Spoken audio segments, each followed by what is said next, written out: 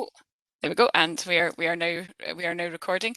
Yeah, so welcome to the last of the History Talks live series for 2020-2021, which has been a very successful series, I think, for those of you who've been to some of them. We're delighted to welcome tonight Professor Arthur McIvor from the University of Strathclyde, who is a labour and oral historian and Professor of Social History at the University of Strathclyde, as well as the Director of the Scottish Oral History Centre based there. Just a few wee admin things before we get going. I know there's not too many of us tonight, but if you wouldn't mind just keeping your mics muted during the talk, if the wee mute button is just down the bottom left of your screen, that would be grand. And we'll have Arthur's talk and then a chance for questions afterwards. If you think of questions as we're going along, feel free to pop them into the chat, but we'll have a chance hopefully for some live questions at the end as well. Yes, so I'll hand over to Arthur, whose research interests lie in the history of work, occupational health and deindustrialization, and his most recent books are Working Lives, published in 2013, and Men in Reserve, alongside Juliet Pattinson and Lindsay Robb, published in 2017. And his current work involves investigating the gendered and embodied impacts of deindustrialization as part of a transnational team headed by Stephen High, working on a project called De-Industrialization and the Politics of Our Time, and also working with Yvonne McFadden on a project called The Lost Villages, on the coal mining communities in East Ayrshire in Scotland. And today Arthur is going to talk to us about the impact of deindustrialization in Scotland post 1970, sort of through the lens of stories told by industrial workers and their families. And his talk is entitled Scrap-heap Stories: Remembering Deindustrialization and Its Impacts in Scotland post 1970. Thank you very much for being with us tonight, Arthur, and I will hand over to you now. Thank you very much, Alison. I'll share screen.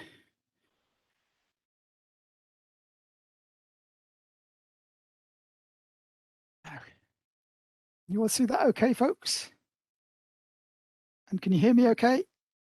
Yeah, yes to both. Oh, fantastic. Fantastic. Well, first of all, many thanks to Alison and to Nicola for inviting us to speak at the seminar series. Delighted to do so. As Alison mentioned, I've been involved in a couple of projects on deindustrialization. So I'm moving on from my main focus throughout my career has been really looking at working lives, history of work, relationships between work and the body, occupational health and safety. But perversely, I've been moving into reflections and study on deindustrialization, on losing work. And my particular remit with a colleague, Jackie Clark at Glasgow University, in the transnational project that Alison mentioned, is a strand titled Gender, Family and Deindustrialization. So what I wanted to do in the presentation is to explore here briefly the social and cultural effects of losing work, and how and why deindustrialization affected workers' bodies, their health and mortality. And I want to bring eyewitness oral history testimony into the conversation to investigate, to explore the embodied and gendered meanings of job loss. And really, I suppose, focusing on this last generation of industrial workers. And my focus particularly is on Clydeside. So I'll be very interested in any reflections you might have on deindustrialization in the Highlands and Islands. I'm particularly interested in how these working class communities remember and understand these processes and impacts, how they narrate their experience. I suppose a key question for me is, is the dominant ruination or bereavement narrative the only one we hear in workers' memories of job loss? I must say at this stage I have more questions than answers, so very much welcome comments and reflections. At the outset, folks, I just wanted to give a nod to the significant deindustrialization studies literature in North America, which has really been a main inspiration influence on my work, particularly the work of Stephen High. I'd highlight here his seminal monograph, Industrial Sunset, which looks at deindustrialization in North America, in Canada and the USA. Other important influences have been the work of the wonderful oral historian Alexandra Portelli and Tim Strangelman. I'd highlight here both their books, one on Harlan County and the other on Guinness. Deindustrialization studies in Scotland, of course, is alive and kicking. There's been a massive proliferation, I think, of focus on deindustrialization over the last maybe 10 years or so. I'm not going to go through this list, but here are some of the key writers on deindustrialization in Scotland. I've particularly benefited from the work of my students, including Andy Purchard, who's written on the aluminium communities up in Kinnockleven, Fort William, Andy Clark, who writes on women in the factory occupations, the early 80s, and maybe come back to Andy Clark's work, and other fellow colleagues and students like James Ferns, Rory Stride, Rebecca Chatalier, and Marion Henry. But if I could, folks, at this stage, I'd really like to highlight this very recent, the most recent contribution, I think, to deindustrialization studies in Scotland. And you'll see it highlighted here, the book cover, Ewan Gibbs' wonderful new book, just published 2021, called Coal Country. And Coal Country is available through open access, folks, so you can download a copy. You don't need to buy one, and I'd really recommend it. It's a wonderful, wonderful account. And I'll come back to Ewan's work as we progress. Okay, the talk draws upon oral testimonies. And we're really privileged in having so many oral testimonies archived in Scotland. At the Scottish Oral History Centre, the interviews of the doyen of oral history in Scotland, Ian McDougall, in his interviews for the Scottish Working People's History Trust, and other caches of interviews at GCAL and other places, such as the Diageo archive in Menstrie, where they have a set of interviews that relate to the closure of the Johnny Walker's factory in Kilmarnock, I think in 2010-11. And one of our postgrads I mentioned in the previous slide, James Ferns, is currently auditing all these oral history collections that relate to deindustrialization. So look forward to that. Anyways, I thought I'd say a few words about Clydeside's deindustrialization, just to provide a bit of context, and then reflect a little bit on different stories, different narratives, starting with what I call scrap-heap or job loss stories, moving on to reflect a bit on the, if you like, survivor narratives, who talk about the long rundown and the pressures involved in these declining shipyards, mines, steelworks, and the like. Then I want to say a few words about liberation, what I call liberation narratives or escape narratives, and end with a few reflections on marginalized subaltern voices, with a few comments on the disabled community and on women's memories of job loss.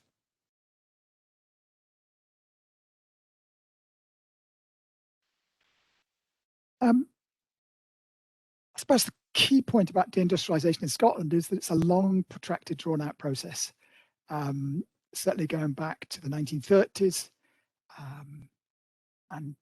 deepening in the 1950s and 60s, and really accelerating in the 1980s and 1990s, when deindustrialization, this transition from industrial work, blue-collar work, to service sector and a post-industrial economy, really gathers pace. And you can see that in some of this data. So, for example, in coal mining, a lot of mining jobs were lost in the contractions in Scottish mining in the 1960s and 70s, way before the miners' strike. If you look at the industry share of total employment in Glasgow, something like 50% in 1951, that had dropped to less than 20% 4 censuses later in 1991. The last deep mine, Langannet, closed in 2002. At the same time, male unemployment jumps, as you can see, through the 70s and 1980s. A number of commentators have reflected on the severity of deindustrialization of the process in Scotland. So, for example, taking the 1931 census as a base point, by 2001, by the end of the century, the turn of the century, Scotland had lost something like 47% of industrial jobs, whilst England, over the same period, lost around 30% of those industrial jobs. The impact of all this in terms of bodies and health is, I think, unequivocal. Deindustrialization led directly to higher levels of morbidity and mortality, to excess mortality as defined by the brilliant work of the Glasgow Centre for Population Health. In one of their studies, they talk about the political attack on the working class in Scotland, and on the impact on workers' bodies on health.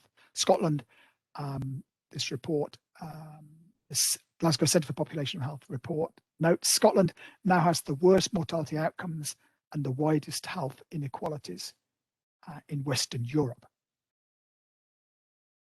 The pathways to ill health identified by the Glasgow Centre for Population Health and other literature include these. What's been emphasised here, I think, is the way in which the loss of work led to both physical and mental health impacts, or adverse health impacts. And the literature also stresses the way in which stress increased, or pressures increased, as work was intensified during the long rundown. I'll come back to that as we move through the talk. In many of these communities, the ill health generated directly by loss of work in this way was combined with legacies of ill health from working in those industrial workplaces. So industrial communities facing deindustrialization were also scarred by ill health, respiratory disease, chronic ill health, high injury rates, high disability rates caused by working in coal mining or steel works or shipyards and the like. And other commentators, including Alice Marr and Lachlan McKinnon, have referred to the double burden of environmental pollution in zones of industrial closure. So you've got this combination of environmental pollution with these scars from industrial working lives and the direct impacts, adverse impacts on health due to unemployment. A classic example of the latter would be the Ruther Glen area in Glasgow, where once there was a major chemical works. It closed in the 1960s, but still from this chemical works associated with a company called White's, still you get seepage of chromium, the stuff that's talked about in the Erin Brockovich film, into the watercourse. You get particularly high levels of rainfall, and that's 50 years after the place is closed down. Anyway, I think all this also undermined health and led to vulnerabilities in these communities, to, if you like, diminished capacities. And we see that just now with the very high levels of COVID-19 in these depressed, declining deindustrialised and deindustrialising areas in Scotland and indeed elsewhere. One of the key publications from the Centre for Population Health in Glasgow is this series, which was titled Aftershock of Deindustrialisation. Here, the Centre for Population Health compared the experience of deindustrialisation and the epidemiological data on deindustrialisation in West Scotland with other major deindustrialising regions across, as you can see, the UK and Europe, and concluded that the situation in Glasgow and West Scotland was particularly bad. They argue, as mentioned before, that the severity of deindustrialisation, the pace and the severity of deindustrialisation in Scotland led to serious adverse health impacts. They say this in this report, or part 2 of the report: poorer health in West Central Scotland could be attributed to 3 layers of causation. This is a fundamental driver. This is a deindustrialisation reason. This is a fundamental driver of poor health.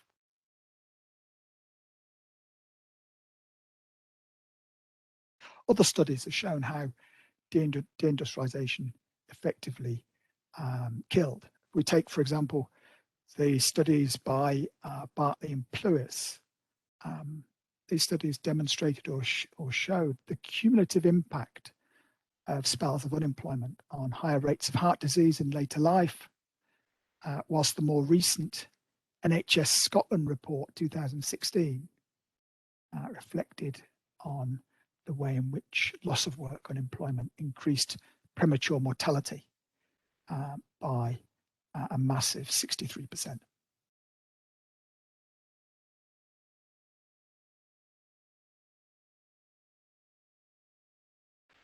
So how did folk tell their stories? How do they narrate these deindustrialised and deindustrialised experiences? I think one key thing which comes out of literature for me is this connection between loss of work and degeneration or deterioration in mental and physical health and welfare. And key here, I think, is the loss of the traditional breadwinner role, defined working class men as providers.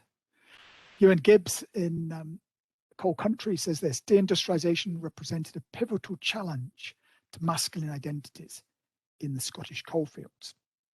One ex-Cumnock miner, ex-miner, commented on being seen as a, quote, a drain on society.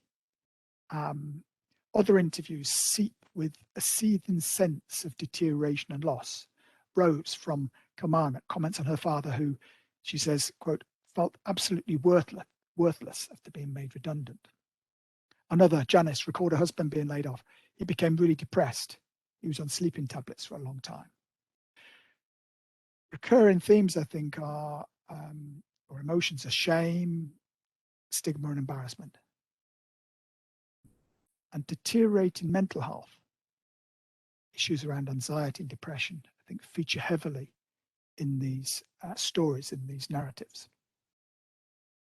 Others reflected on how physical work in industrial settings hone the fit body, and how the loss of that work led to physical deterioration.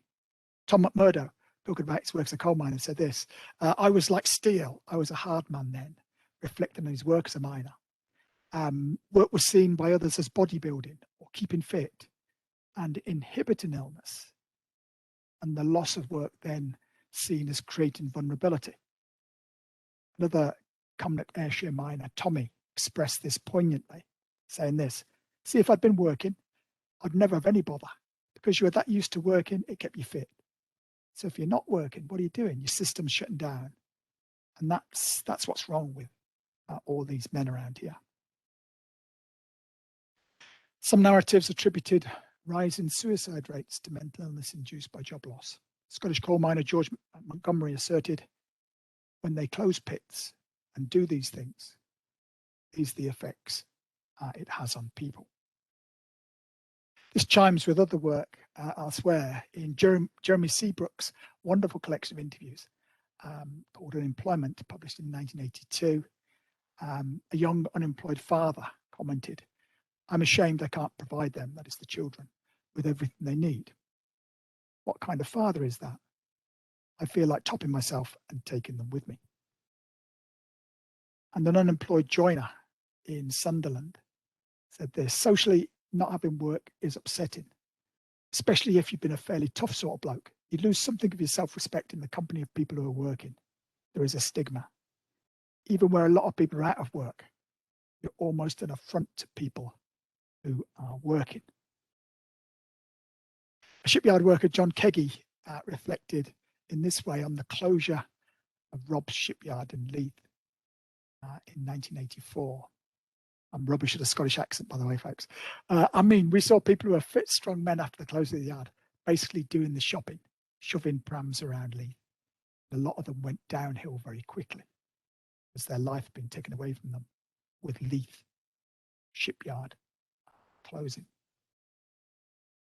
The implication here, I think, is clear from a male perspective and reflecting patriarchal cultures of the 1980s, of 1980s Scotland.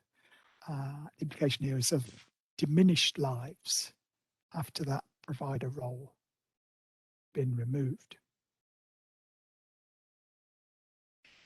In a seminal book in 1984 called Redundant Women, Angela Coyle referred to the emasculation of such workers, or fractured manhood, what she termed the unsexing of men.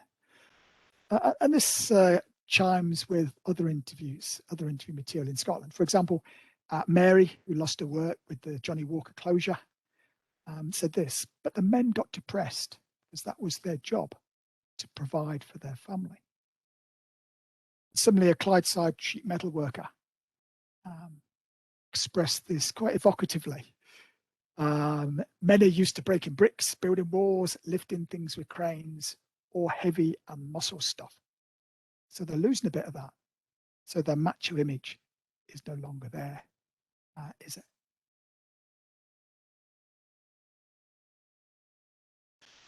For some, this led to addiction, and drink, drugs, tranquilizers become features of deindustrializing communities.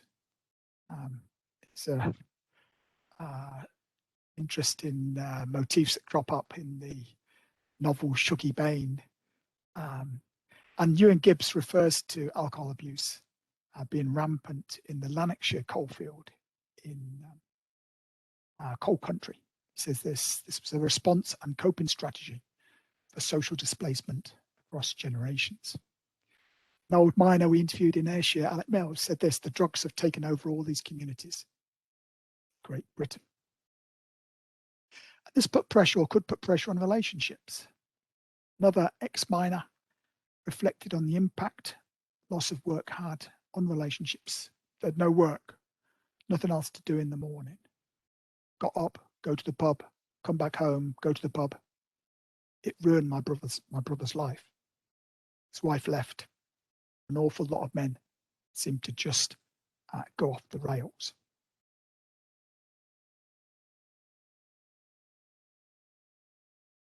This is how industrial chaplain John Potter described the situation in the Clydeside shipyards. Unemployment was, it's savage for a lot of people. You know, it undermines them economically, but also personally, because so much of the dignity that people are involved in is work-wise. When you're unemployed, you almost become a leper in the eyes of a lot of people.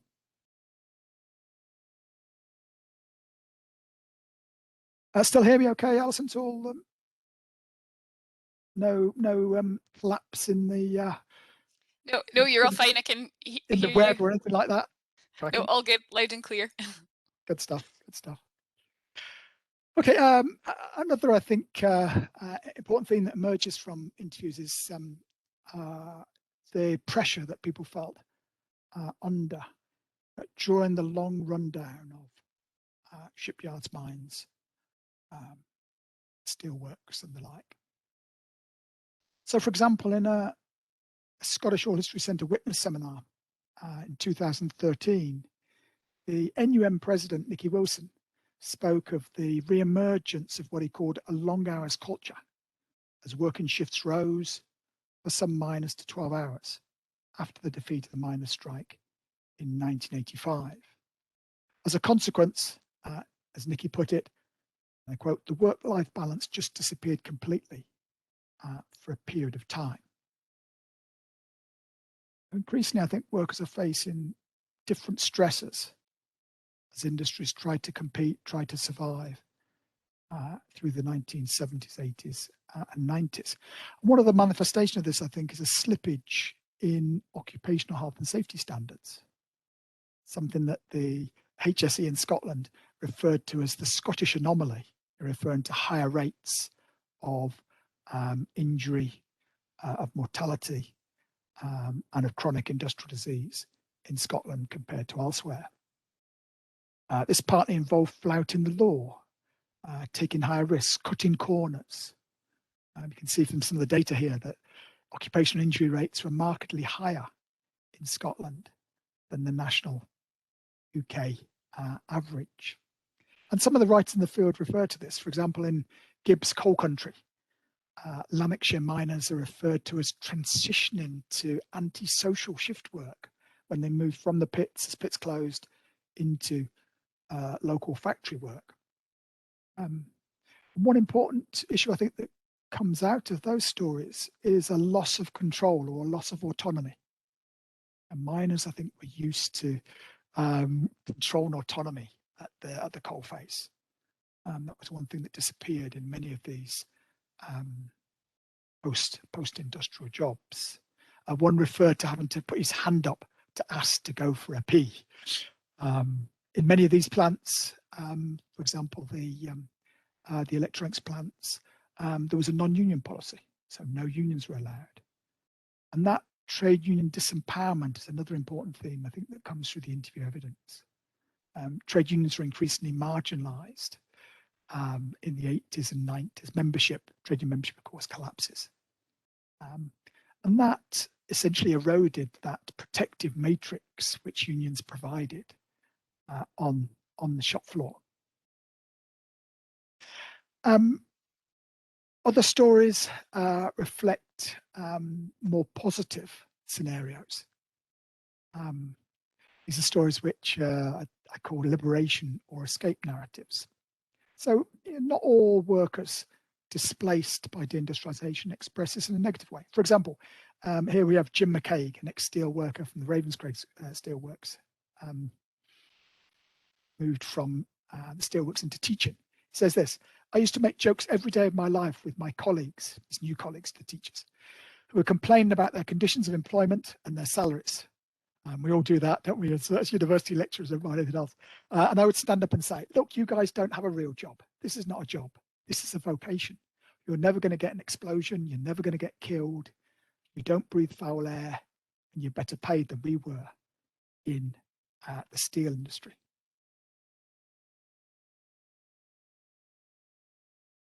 Some coal miners also expressed this more positive liberation or emancipation type of narrative. Here's James Bush in a wonderful interview conducted by Ian McDougall, the oil historian, the late oil historian, recently died tragically of COVID. It's what James Bush says. Well, you see, in one sense, it's a sad business, loss of livelihood. In the other sense, there's a hell of a lot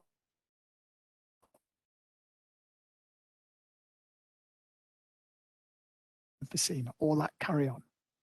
Then one way you look at it, miners, people are living longer now. So a really nice example there of that kind of duality, seeing displacement, loss of work as negative, loss of livelihood, but also seeing the more positive side in terms of transitioning into more benign workplaces. Others reflected similarly. It's another miner, David Graham. Looking back now, I mean, with the health problems that all miners had, I think it's the best thing that ever happened. It should all have been open cast years and years ago. Another, Joe Bockus, glad it's forgotten about, death traps. oh no, I'm delighted to see it's finished.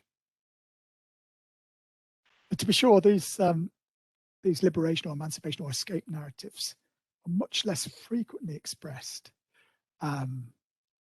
in interview collections, in the interview evidence, the interview testimony, than the more dominant deterioration or bereavement stories that we referred to in the first part of the presentation.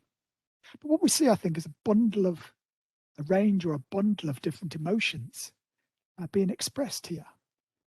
Not dissimilar to what US oral historians, deindustrialization historians, Kamea and Hart found in their book, I Saw It Coming. One of their displaced interviewees from the International Harvester closure said this: I was overjoyed losing work. I was overjoyed. I was sad. I was hurt.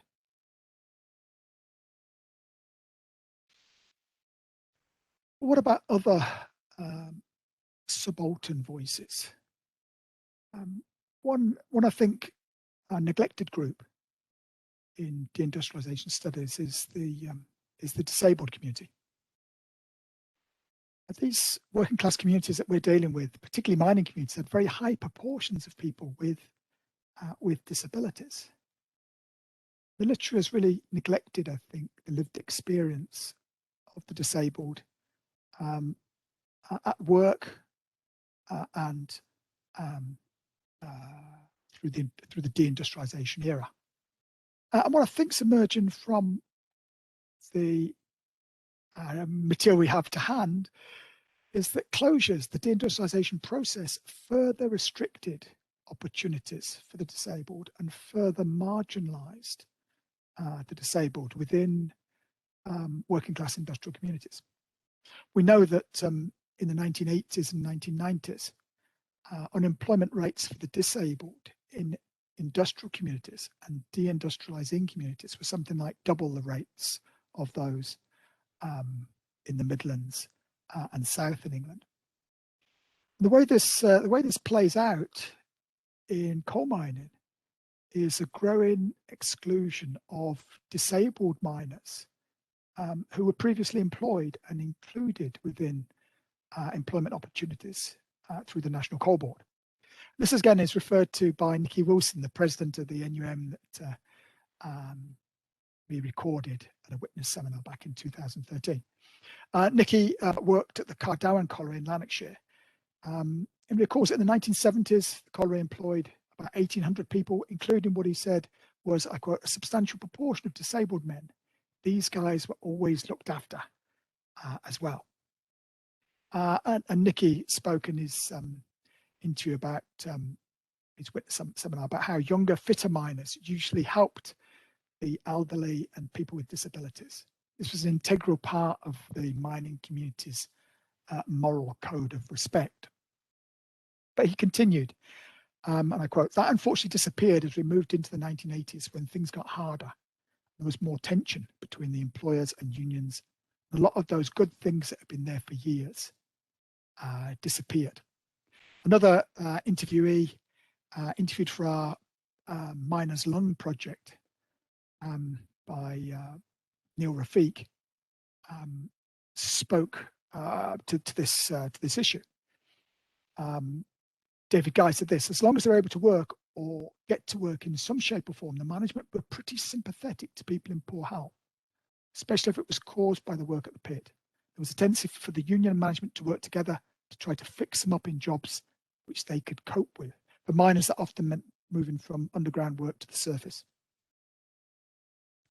Once the pit closed, David Guy continued, once the pit closed, that type of sympathetic approach wasn't there any longer by employers outside the industry.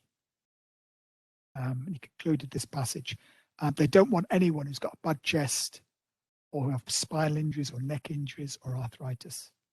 There is a reluctance of employers to employ people in that category.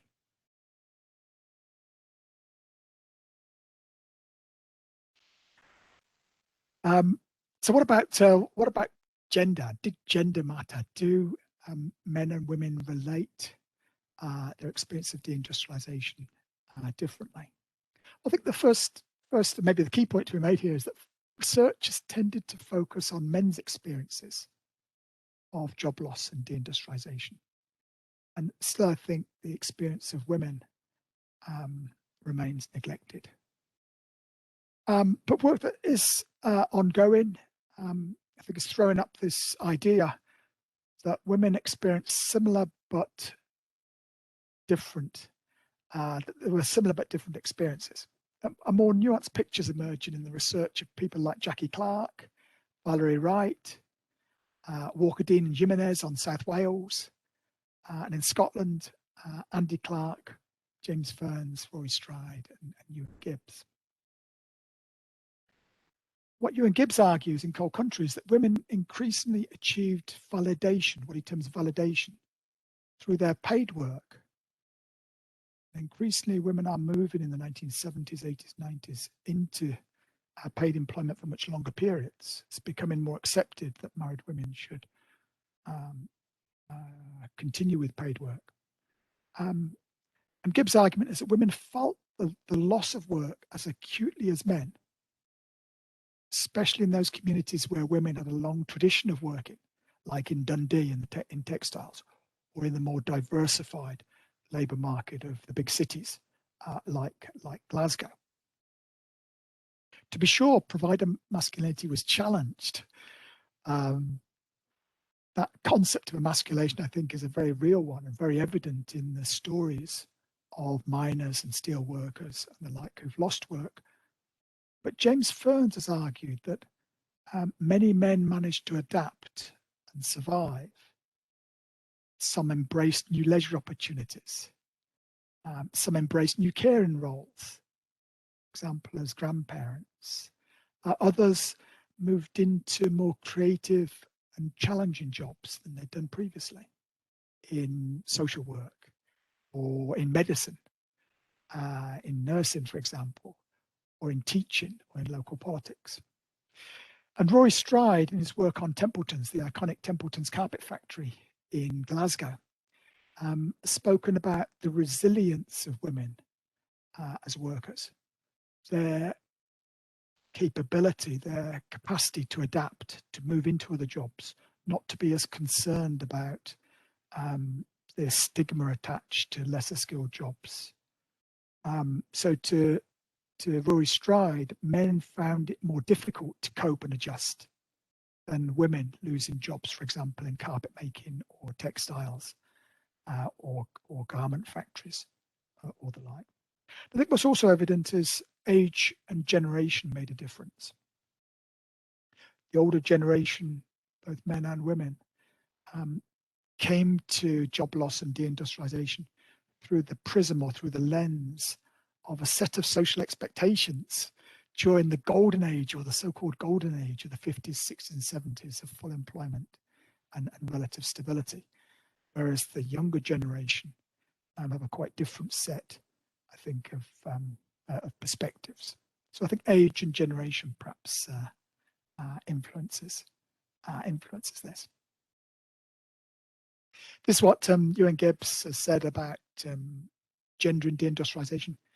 Men's narratives emphasize social redundancy, whereas women's testimonies were much more likely to discuss new employment opportunities, highlighting both their liberatory potential and the losses incurred through the transition to increasingly precarious service sector employment. And this chimes with the narratives, the stories of those displaced through the Johnny Walker's closure in 2010, 2011.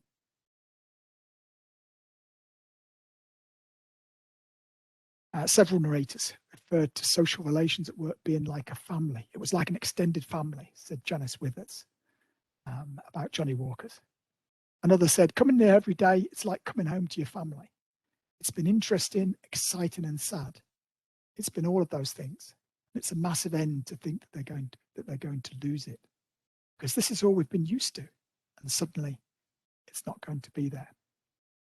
There's a strong argument, I think, that pressure intensified on women as they moved to becoming the main breadwinner many of these families experiencing job loss. Finally, I think it's worth just commenting briefly on the way in which some narratives are driven by a sense of resistance, of activism, of agency. There's certainly plenty of evidence that workers resisted deindustrialization, that they used the strike weapon, that they used sit-ins and lock-ins and occupations to try to mediate impact of mill, mine, factory and shipyard closures.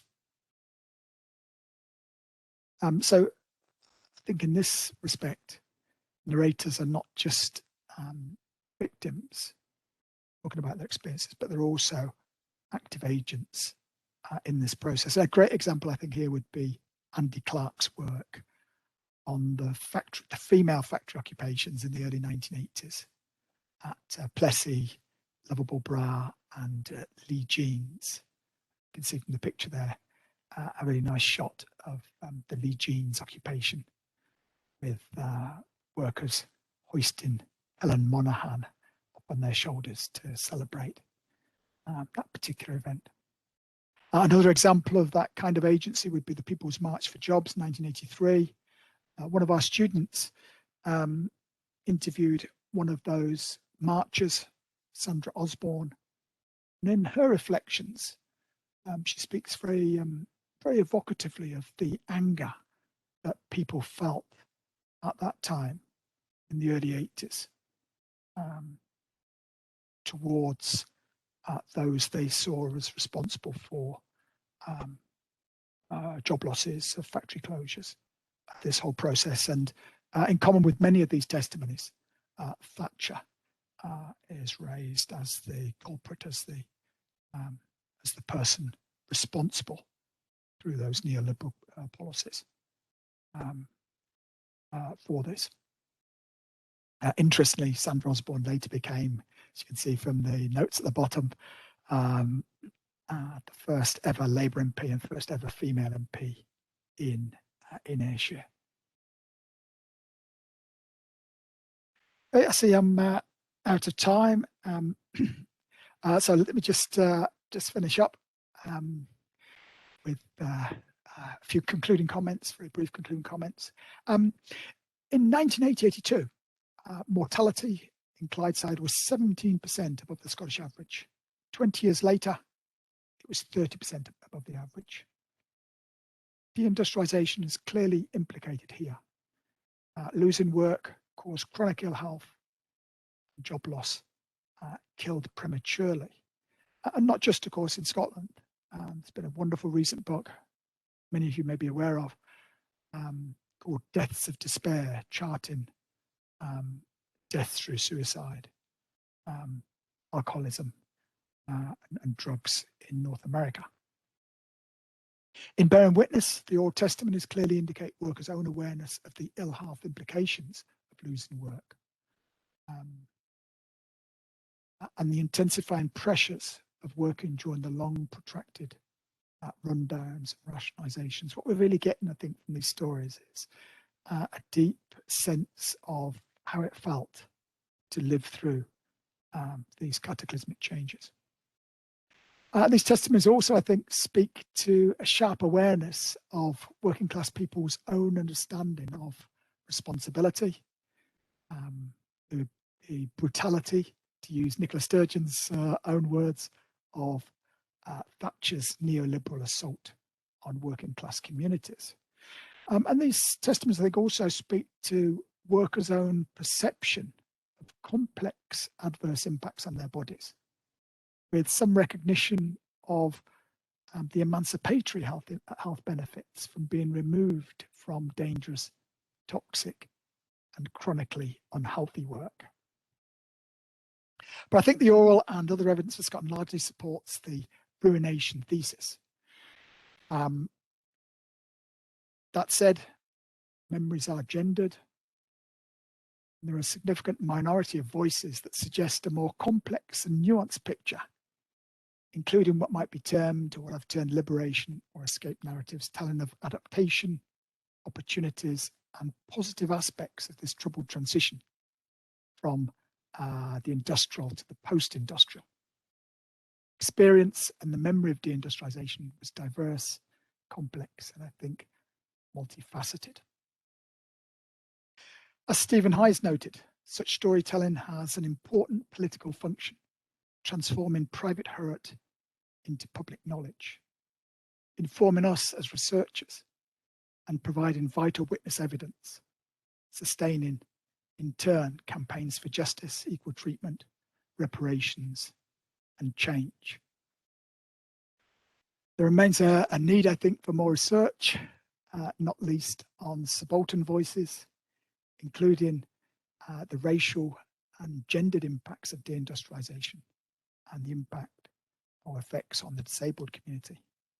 And there's also a place, I think, for more inclusive and comparative research. There, I will leave it. Thank you very much for bearing with me, folks. And just a final reminder there of the project websites I referred to at the beginning. The Depot, Deindustrialization, the Politics of Our Time website, and our local project on Ayrshire and the Lost Villages. Thank you.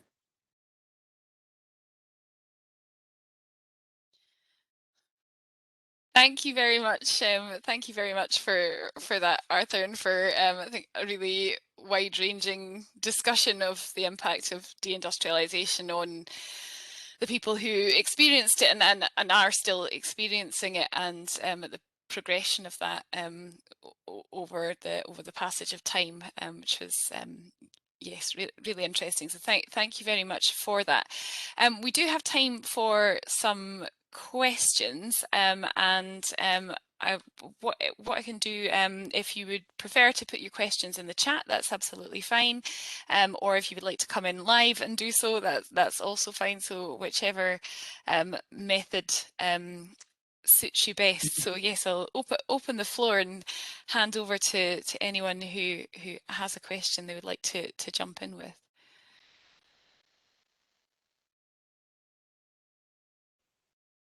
And yes, feel free to unmute yourself if you and just jump in if you'd like to do that. That mute button is down the kind of bottom left of your screen. I'm not sure if John might be trying to come. I'll maybe take Chair's prerogative and jump in with a sort of first one. And I wonder, because I know you touched on this a few times, and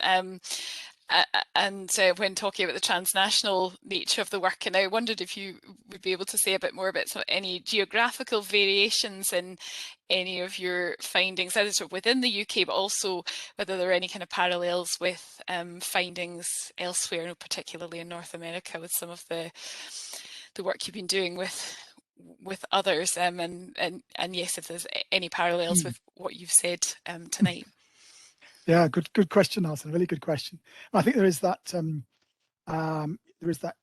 are clear resonances, I think, of Ray Clydeside that filter into the responses to factory, mine, and shipyard closures in this part of the world, in Glasgow and West Scotland, and that I think is an important, maybe regional feature. In relation to the broader literature, yeah, those variations across different spaces, do feature. Two standouts for me would be Steve Hayes' work, where he compares the responses to deindustrialization in, Ontario and Michigan, in that book on the Rust Belt Industrial Sunset, compares that, and very clear and distinct differences between the more robust militancy of the Canadian workers compared to a more muted response in Michigan, in the auto factories and the like south of the border. So yeah, I think it's something I think which we really need to work on. So yeah, interest in transnational differences, but also differences between the ways in which deindustrialization was experienced and workers and communities' responses to deindustrialization. And I suppose you could even take that down to individual company level, where some studies have locate real significant differences in how companies in the same industry respond to closure. I'm thinking here, for example, of the acceptance of factory closures in some textile factories, garment factories and the like. Rory, for example, Rory Stride's spoken about the relative passivity of the workforce in Templeton's in response to closure. And that compares contrasts quite sharply to Andy Clark's stories of fierce resistance on the part of women workers in places like Lee Jeans, and you think of the Timex strike in 1993 and the like. Yeah, great question. That's clearly something I need to think a little bit more about, but yeah, it was interesting. I had listened a couple of months back to the Scottish Oral History Centre seminar series talk by, is it Lachlan McKinnon, talking about the Sydney Steelworks. I think there's quite a few parallels there with some of what you were talking about. I need to have a look at his book as well. So there's a couple of things popped up in the chat. First of all, from John, who says, in a way I came in where you left off, the Cairngorm skiing phenomenon. The guys who built and ran the chairlift were all of them Clydeside men. I don't know if you want to come in and say a bit more about that John, or if your mute button is, I'm not sure if your mute button's working. I think you might have been trying to unmute it earlier, but oh no, it obviously looks like it's not working. No. But a great point, John. And you know, you find these guys. In one of Steve High's books, he talks about the I think it's the I-75 gypsies, he calls them, and he's really referring to the migration of workers, you know, far and wide to try and find work. In coal mines, it happened with as a pit closed, miners would move to whatever pit was open locally and move further and further afield. And that happened with shipyard workers, steel workers and the like. For example, many Clydeside steel workers ended up working in the North Sea oil industry. So they moved up to those jobs in North Sea oil. Some of them saying that the job was just as dangerous, if not more dangerous, than what they'd left on the rigs. On the rigs, but interesting to hear that some of those Clydesiders made it to be the chairlift operators in the Cairngorms. Yeah, a slightly more benign and perhaps more fulfilling job than some others. Well, not when it was -20. Fair point. Fair point. I'm glad you made it in, John. The microphone's obviously functioning for you now. Thank you so much. No worries. We've got another question from Sean in the chat. Do you think we'll be assessing the impact of home working in the same way 20 years from now? Working will be effectively hidden, many of the benefits of work be negated as work life bleeds into home life. Really interesting question there, Sean. I don't know if you want to come in and say anything more about that. Yeah, well, we're all, if you like, in the same game at the moment. You know, I've been lecturing from home for the last sort of 6 months now. My job's quite dependent upon being face to face and in a room with people. Being an artist, you need to see the work, you need to experience the work. So, you know, I'm kind of really experiencing quite a lot of the disadvantages of working this way, and obviously, I think we all gain so much from the sociability and the kind of social benefits of working, the collegiate, the things that happen within training and all of those things. It's quite difficult. Who do you trust? How do you know if you can trust people? It's quite strange. These relationships that we're going to have with colleagues in the future are going to be very, very different. And obviously it's going to have a huge effect on unionisation and all of the things that in a sense have led to well, over the past sort of 40 years in workers' rights and the likes of that. I think the lines are being blurred, you know. But no, it's a great comment, Sean. It is a great comment, isn't it? We're currently in the throes of, you know, a major shake-up in the way in which we work, and I suppose there are advantages and disadvantages, but it seems to me the disadvantages far outweigh the advantages, with, as you say, loss of the opportunities to socialise in our workplaces. When you were commenting there, Sean, it made me think of what ex-miners and steel workers were facing in terms of the alternative jobs they had. in the 80s, 90s and beyond. And I think for many, maybe not all, clearly some escaped into more creative and better jobs. But for many, and I think the majority, the kinds of jobs they went into tended to be more precarious, tended to be lower paid, tended to be lesser skilled, and tended to involve less control and autonomy over the work. And we know that control and autonomy over our work is an important de-stressor. Yeah. So yeah, I mean, Yeah. you're absolutely right in pinpointing some really key changes that are taking place just currently. I was writing another comment there. I'll maybe just ask the question and then I'll shut up. But you know, I grew up here in Nairn, just by Inverness, and obviously I suppose we benefited in some ways, you know, from the shipbuilding skills that came here in the 1970s and 80s during the fabrication of all of the oil rigs and the jackets. And with that came an increase in population size. Skills came into the area.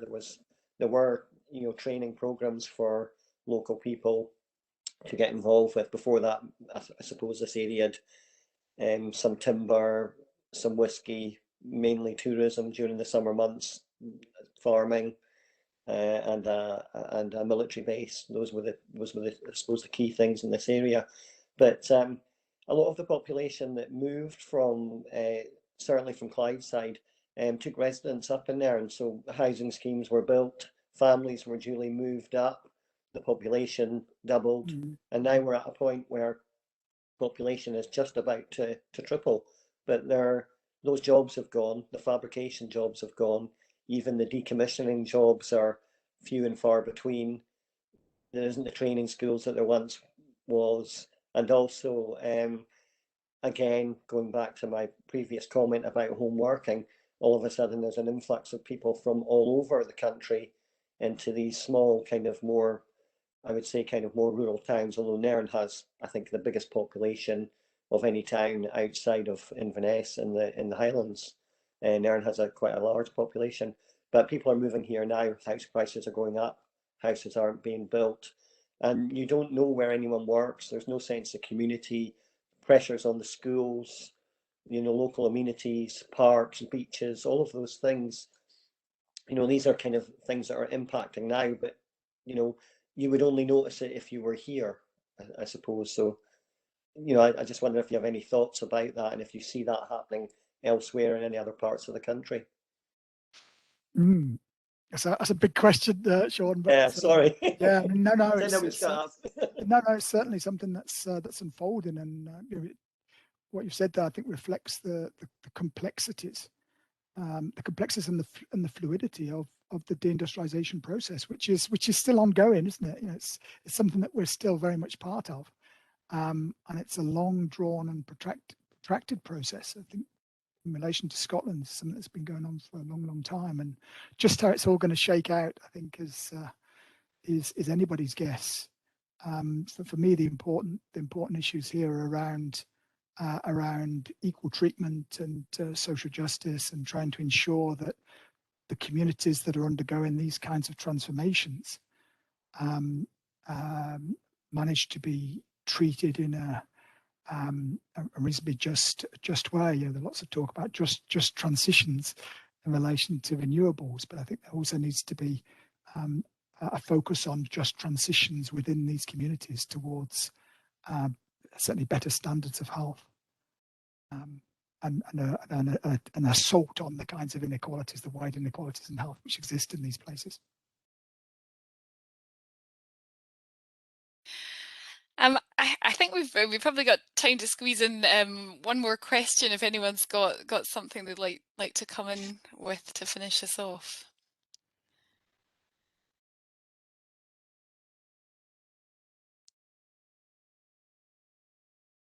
I wondered what kind of came through so clearly for me was this idea of the ill health impacts in terms of drugs and alcoholism in particular, and I guess it reflected, well, what I reflected on was a lot of the discussion sort of recently about Scotland's exceptionally high drugs rate that sort of continues to this day, and I guess I wondered if there was were the government using the data that's coming from these sort of oral history testimonies? Is there that kind of interaction between what's coming out of the research that's being done and the kind of public health policies, I guess, that are going on today, that you're aware of?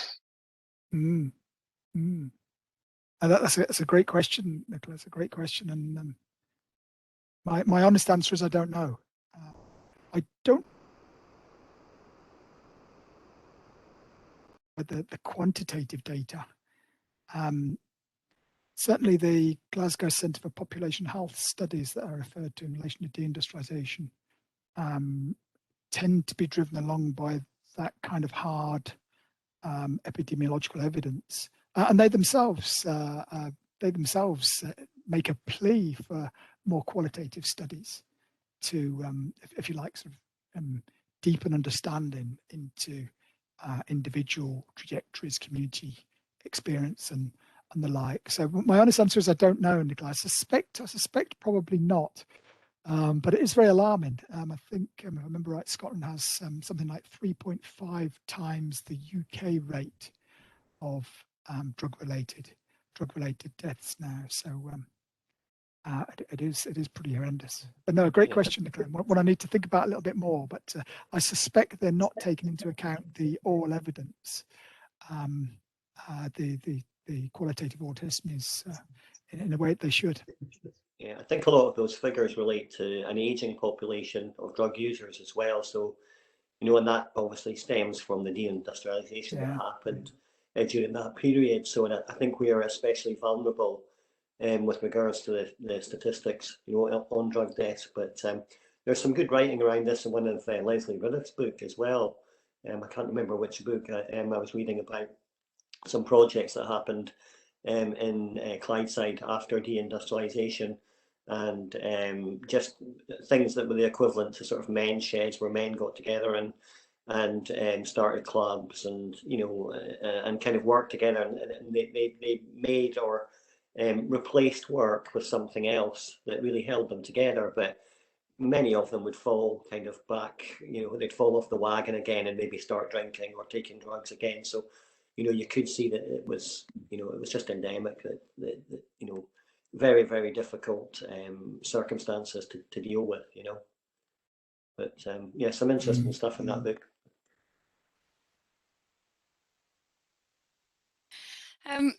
Okay, so I think we're probably just about out of time, but I just wanted to say thank you very much again, Arthur, for giving your time tonight to speak to us. I think on a particularly relevant subject area, as has come out in our discussion, in a time when the way we work is changing. It's changing again, and yes, very much an ongoing process that we're living through. So much appreciated, and yes, really interesting all round. Lots to follow up on. As I say, this is the last of the History Talks Live for this academic year. The next talk will be in September, and the details and dates of that will be emerging on the History Talks Live website and on social media closer to the time. So do keep an eye on that. And in the meantime, you can also re-watch talks that we've had so far this year on the website and on the Centre for History's YouTube channel as well. So all of the talks from this year are available there if you want to catch up on any over the summer. But in the meantime, enjoy your summer, and we'll hopefully see you back in September for more. And thank you very much once again, Arthur, much appreciated. Oh no, thank you for inviting